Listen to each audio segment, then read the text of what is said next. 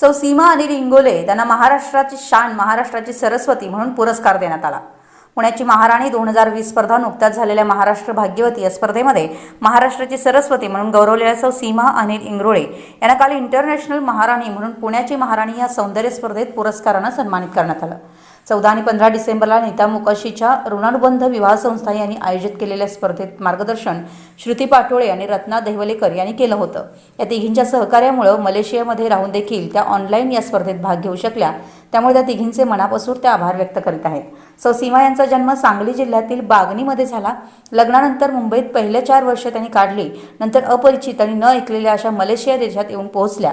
गेली 30 वर्ष त्या मलेशियामध्ये राहतात। त्यांना पेंटिंग करणे, कविता लिहिणे, भरपूर प्रवास करणे, नवनवीन पदार्थ बनवणे, त्याचप्रमाणे काही टूर्स अरेंज करणे याचा खूपच छंद आहे।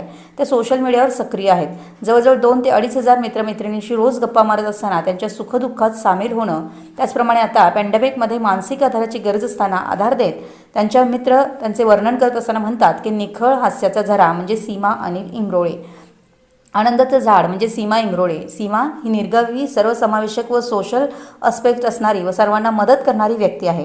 पुरस्कार मिळाल्यानंतर त्या म्हणाल्या की पुणे हे ऐतिहासिक, सांस्कृतिक आणि विद्येचे माहेरघर आहे। ऐतिहासिक काळात महाराणींचे एक वेगळे स्थान होते।